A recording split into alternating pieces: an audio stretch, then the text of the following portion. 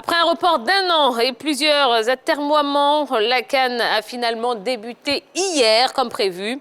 Et le pays hôte, le Cameroun, était très attendu, côté cérémonial et sportif évidemment.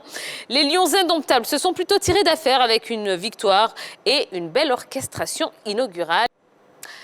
Allez, on va pouvoir ouvrir le téléphone, hein, bien oui, 27 21 59 93 99. Je vous rappelle la question LGT de ce soir. Le Cameroun a-t-il été à la hauteur des attentes? Bon, vous savez quoi? Vous allez répondre tout de suite en utilisant les petites ardoises. Voilà, et puis on va pouvoir en parler ensemble. Donc, le Cameroun a-t-il été à la hauteur des attentes? Oui ou non? Et puis, ben, vous commencez à nous appeler, voilà. Allez, vous cachez pour l'instant et puis on découvrira vos réponses un petit peu plus tard. Alors, messieurs, la CAN 2021, hein, elle est effective depuis hier. Je pense que c'est bon, on peut pousser un ouf de soulagement, non, au regard de toutes les péripéties qui ont entouré cette compétition, n'est-ce pas? Oui, vraiment. Et puis, pour moi, c'est vraiment pour le Cameroun, avec on voit ces stades-là de grande qualité. Quand vous regardez le stade de l'OLMB, c'est un bijou architectural de très haut niveau. Jouer ce match d'ouverture-là, pour moi, ça a été une victoire pour le Cameroun, une victoire pour son président, qui tenait vraiment à sa CAN. Ils ont tout fait pour avoir cette CAN. Pour moi, c'est un plaisir pour l'Afrique, c'est un plaisir pour le Cameroun. 5 fois champion d'Afrique, les Camerounais méritaient d'avoir le CAN. Et pour moi, je suis vraiment très heureux. D'accord. Guillaume Luce. Pour moi, c'est un événement qui débute bien, parce que nous sommes au début de cet événement.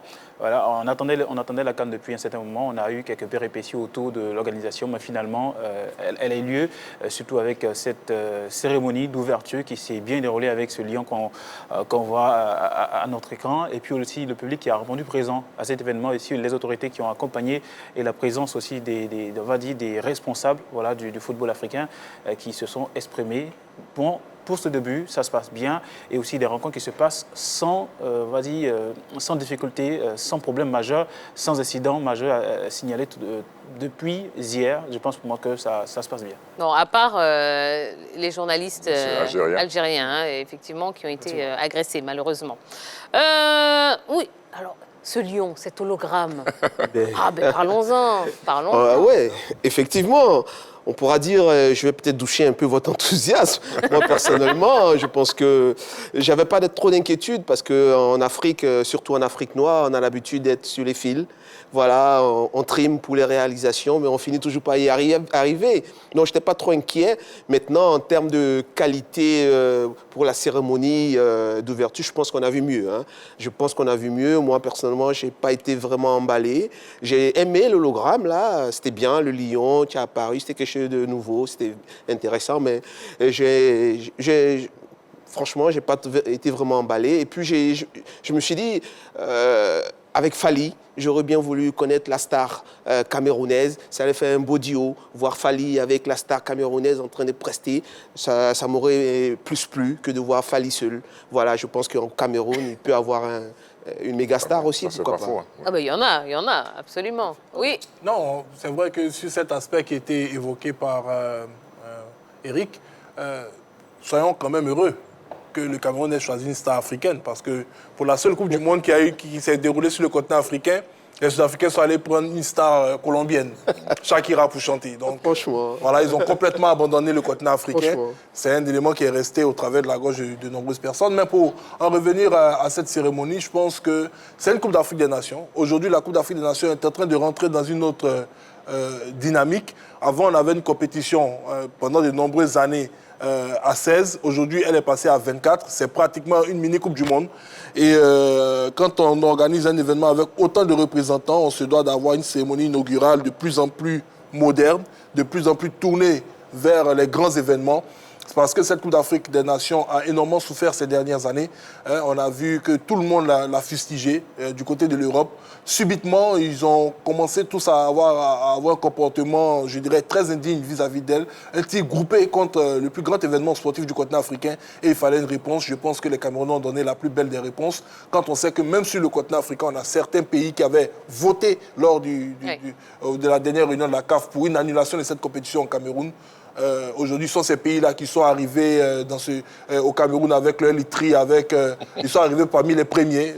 Donc, C'est Avec comme leurs ça, c'est la oreillers, leurs oignons et leurs tomates. Voilà, avec absolument tout. Bon, ils sont coutumiers du faire, mais bon, moi, je tiens à féliciter les Camerounais. C'était pas facile Oui. et c'est un investissement colossal quand même qu'a consenti le gouvernement camerounais pour permettre au monde sportif camerounais de pouvoir avoir des infrastructures ultra modernes.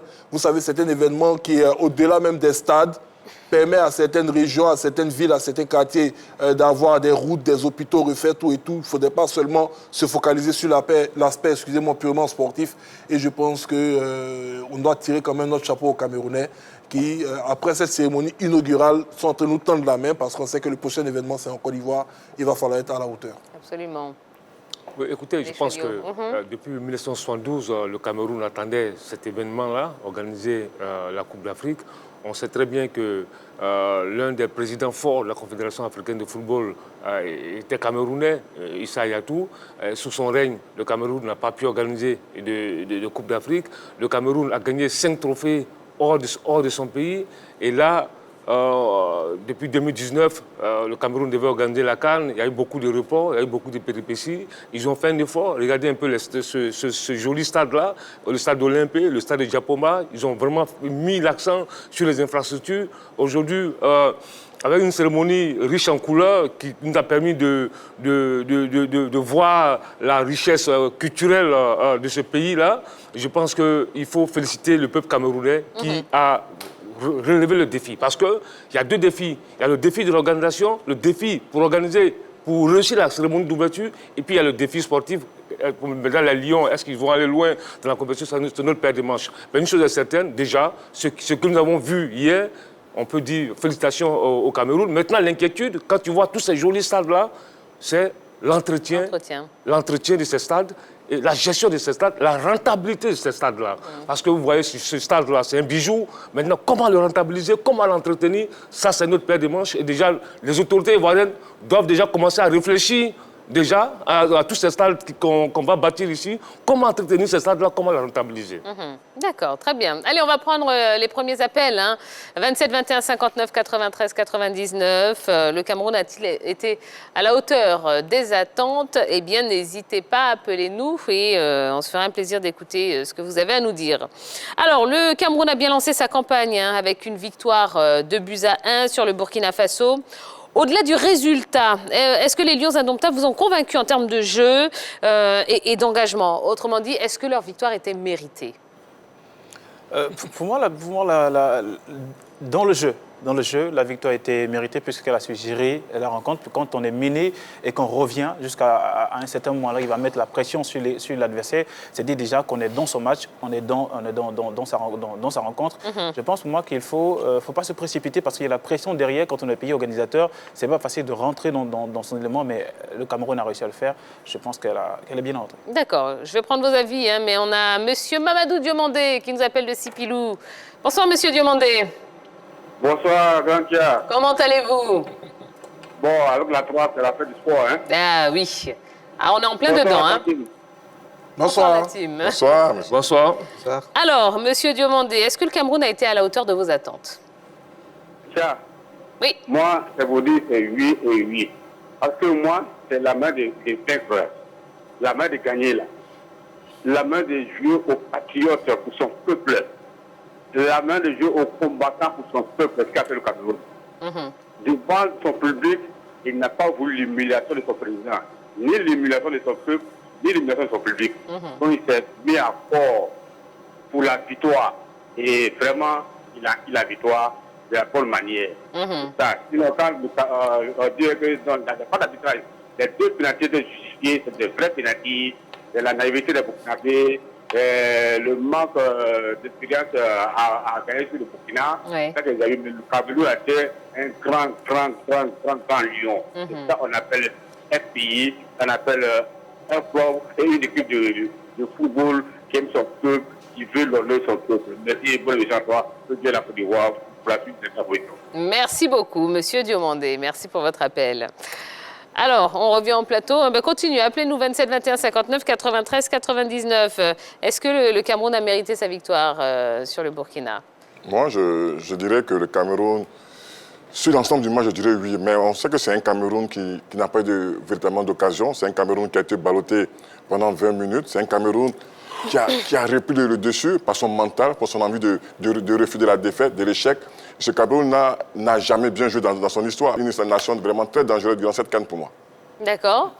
Jean-Philippe? Pour moi, c'est une équipe camerounaise qui semble être un tout petit peu coupée en deux. Maintenant, en défense, c'est le grand désert. Ça, il faut le dire carrément du côté des Camerounais. Alors qu'avec les équipes emblématiques de cette nation, pays phare du football africain, c'était d'abord la base défensive qui effrayait. On se rappelle de cette équipe du Cameroun quand même avec Rigobert Song, Raymond Kala et autres. Quand on voyait la défense camerounaise, elle donnait beaucoup d'assurance pour permettre à ceux qui étaient devant de pouvoir se projeter, les Samuel Eto'o, les Patrick Mboma.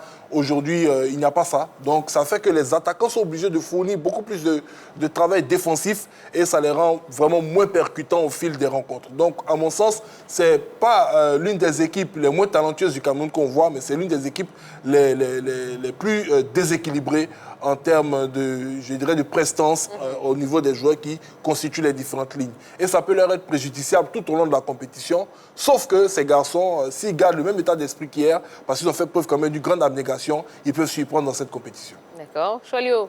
Écoutez, on sait tous que le Cameroun, le Cameroun n'est pas une équipe joueuse. Ce n'est pas une équipe qui va jouer comme City, comme Barcelone, on le sait. Ce qu'ils ont reçu hier, moi je dis que c'est vraiment encourageant parce que être mené dès l'entame du match par l'un des favoris du groupe, parce que quoi qu'on dise, le Cameroun et le Burkina sont les favoris du groupe, dans un premier match, un pays organisateur, être mené au score, revenir au score et prendre le dessus, il faut le faire. Et puis les deux pénaltys, c'est des pénaltys justifiés, ils n'ont pas volé. On va revenir sur les pénaltys. Ils n'ont pas volé. Et Vincent Bouaka, capitaine du Cameroun, qui prend rendez-vous avec l'histoire. Parce que là, il faut être fort moralement pour reçu un tel pénalty, être mené au score devant son public, devant son chef de l'État. Il a reçu le pénalty. Il a un deuxième pénalty qu'il transforme. Je pense qu'il faut saluer cette victoire du Cameroun-là. Ils sont allés chercher cette victoire-là. Ils ont fait preuve encore de réalisme, ils ont fait preuve encore de combativité. Et moralement, c'est une équipe qui est vraiment solide. D'accord. Oui, Eric, vous voulez rajouter quelque chose? Oui, tout à fait. Je suis entièrement d'accord avec ce que Chalio et Yago ont dit. C'est une équipe de Cameroun qui n'a jamais été une équipe flamboyante. C'est très rare de voir le Cameroun en train de jouer comme Manchester, comme City. Non, c'est une équipe besogneuse, mais avec du courage, avec de l'envie. Et tu réussis dans l'ADN du Cameroun, c'est la bagarre. Et ces garçons-là ont réussi l'entrée. Et dans un contexte difficile. Premier match, match d'ouverture devant le président, avec un environnement, on va dire, difficile. Ils ont réussi leur entrée, il faut les féliciter. Mais je pense que, contrairement à ce que mon cher ami a dit, je pense que c'est une équipe de Cameroun qui va se bonifier. On verra une équipe maintenant débarrassée de cette pression-là. Et puis, on va voir un Cameroun plus efficace, j'espère. D'accord. Direction Toumaudi, Monsieur Kofi Kwasi est avec nous. Bonsoir. Bonsoir, la grande team. Bonsoir, Monsieur Kofi. Comment allez-vous? Oui, je vais bien. D'accord. Alors, le Cameroun a-t-il été à la hauteur de vos attentes? Oui, je pourrais bien dire que le Cameroun a bien réussi à l'entame. Oui. Bon, les pays organisateurs, on ne peut pas dire qu'ils n'ont pas su faire leur entrée.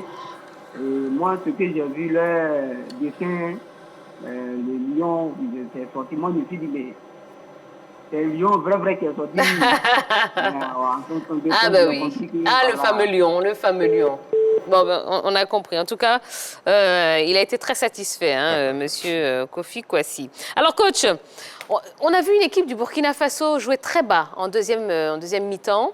À votre avis, c'était la volonté de l'entraîneur ou bien tout simplement l'expression de la domination camerounaise? Non, mais pourquoi ils ont joué bas? C'est inconscient lui-même qui se met en difficulté. Réellement, si vous regardez dans ce match, le Cameroun n'a pas eu une véritable occasion de but. C'est le Burkina qui donne les 2 buts. Donc, c'est ça aussi les grandes nations, savoir exploiter les erreurs de l'autre. Et pour moi, le Burkina devait jouer haut, maintenir la pression, parce qu'il était dans un bon aspect, en ascendant psychologique sur le Cameroun. Ils n'ont pas marqué ce deuxième but-là. Ils sont mis réellement en danger. Et puis après, le Cameroun qui a la gestion des grands matchs, qui a le vécu de la Coupe d'Afrique, a gagné 2-1 pour moi. Moi, j'ai remarqué que c'était une envie voilà, du Cameroun de s'imposer dans cette rencontre, de revenir dans la rencontre et puis s'imposer. On a vu que le Cameroun avait exploité le couloir droit de cette équipe du Burkina Faso qui était, pour moi, je pense, faible, avec un certain Yago, voilà, qui était pour le moment absent dans cette rencontre. Une pression de Katoko Kambi, une fois, deux fois. Et là, c'est carrément fini pour cette équipe du Burkina Faso qui était affaiblie psychologiquement. On a vu l'envie. À tel enseigne que cette équipe du Burkina Faso était, comme je disais, l'équipe du Burkina Faso était affaiblie. À tel enseigne qu'on voit Traoré revenir, lui, aider au niveau de la défense. C'est dit déjà que ça ne va pas. Ça a provoqué ce que ça a provoqué. C'est la faiblesse psychologique du Burkina Faso qui leur a coûté cher. Donc, ça a été aussi l'expérience voilà, du Cameroun qui a permis de s'imposer. D'accord. Alors, vous allez retourner les petites ardoises. Hein. Vous avez répondu à cette question. Pensez-vous que le Cameroun a été à la hauteur des attentes pour ses débuts? On va voir ce que vous avez dit. Alors, oui et... Oh, ben dis donc, tout le monde est unanime. Oh, c'est pas drôle, là. Hein. Je pensais que vous alliez un peu... Allez, Babou Eric, on vous écoute.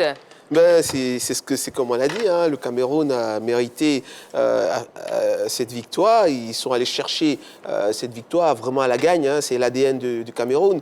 Le Burkina a donné le bâton pour se faire battre.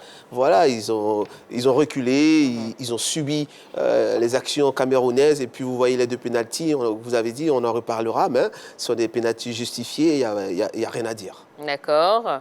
Oui, Choualio. Oui, écoutez, c'est vrai, parce que vous savez, pour un pays organisateur, ce n'est pas facile, l'entame de la compétition. Là, ce n'est pas facile, parce qu'il y a eu des cas où le pays organisateur est passé à la trappe lors de son premier match devant son public. Et là, déjà, un pays organisateur qui vient, tu es mené au score, et tu vas puiser dans tes ressources morales pour revenir au score et prendre le dessus.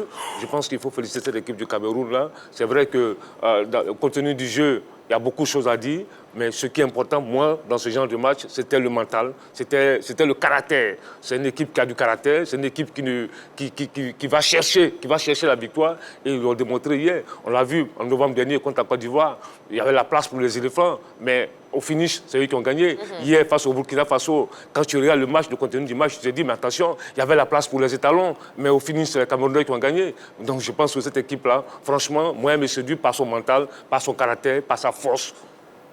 D'accord, très bien. Si vous permettez, hein, ben, je dirais qu'en général, les matchs d'ouverture comme ça pour les équipes, on va dire à domicile, on a vu, hein, en Côte d'Ivoire, on a la Coupe d'Afrique où le Cameroun remporte ici. On a vu la Côte d'Ivoire qui commence à 3-0, je crois, hein, contre le Togo, une équipe flamboyante, extraordinaire. Tout le monde s'est emballé. On a vu le résultat après. Donc souvent, c'est bon de commencer difficilement, gagner, mais difficilement. Ça permet de garder tout le monde concerné, concentré sur l'objectif. Et c'est ce que le Cameroun a fait. Et je préfère commencer comme ça que de commencer à 3-0 avec une démonstration de force. Et puis après, tout le monde devient euphorique. Et puis après, c'est la débandade. Voilà. Absolument. Bon, je sais que vous avez envie de parler de la VAR. Hein. Ah oui. La VAR qui a frappé hein, dans cette CAN, depuis le début de cette CAN. Donc notamment sur le premier pénalty camerounais et sur le troisième but refusé hein, de Vincent Aboubakar. Est-ce que cette décision était justifiée pour vous? En tout cas, dans cette opposition entre le Cameroun et le Burkina Faso, toutes les décisions de la VAR étaient justifiées. Moi, je suis un fervent défenseur de cet outil technologique. Je le dis, la machine ne fait que donner un constat. C'est aux hommes d'interpréter ce que la machine donne comme constat. Ce n'est pas la machine qui doit être mise en cause. Voilà, il y a eu un fait de jeu qui s'est produit. Les images vous sont ramenées.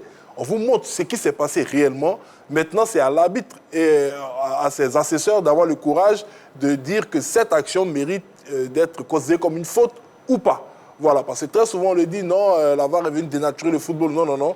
La VAR est venue apporter plus de précision aux décisions des différents juges. Et j'estime que pour cette rencontre entre le Burkina et le Cameroun, il n'y avait vraiment pas raison à polémiquer. Voilà, elle a permis à l'arbitre de prendre des décisions qui m'ont paru très justes dans cette opposition.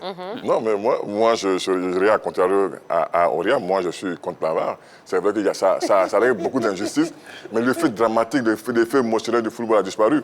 Aujourd'hui, on parle encore de la main de Diego, parce qu'il n'y avait pas de VAR. Et aujourd'hui, cette main... Non, mais c'est ça le football.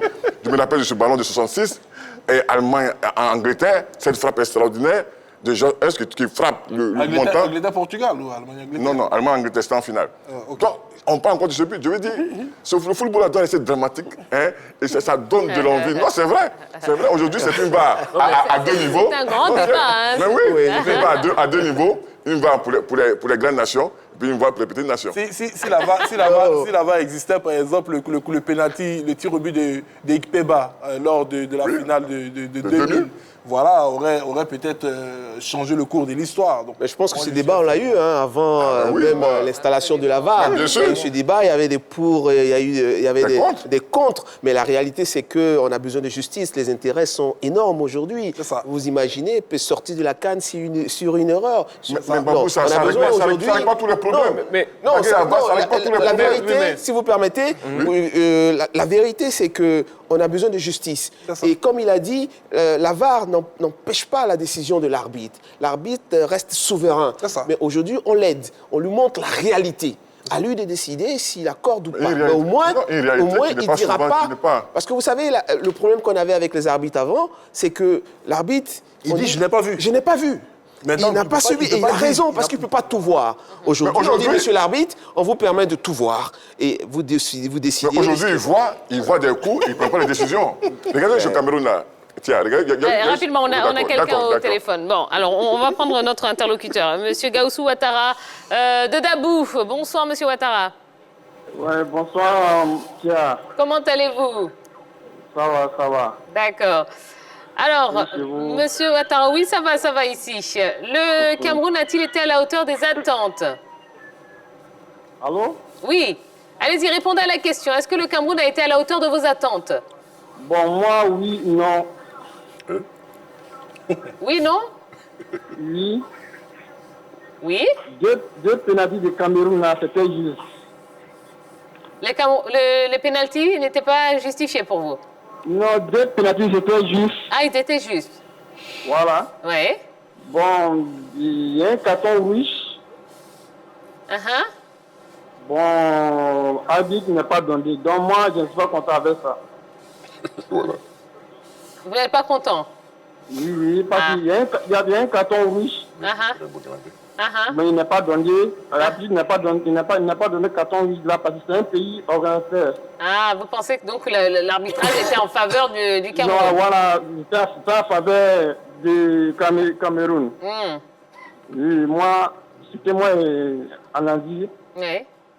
Voilà, c'était ça. Ah ben d'accord, merci. Bon, c'est un petit mot. Cameroun n'est pas favori dans Cannes. Ah bon, hein?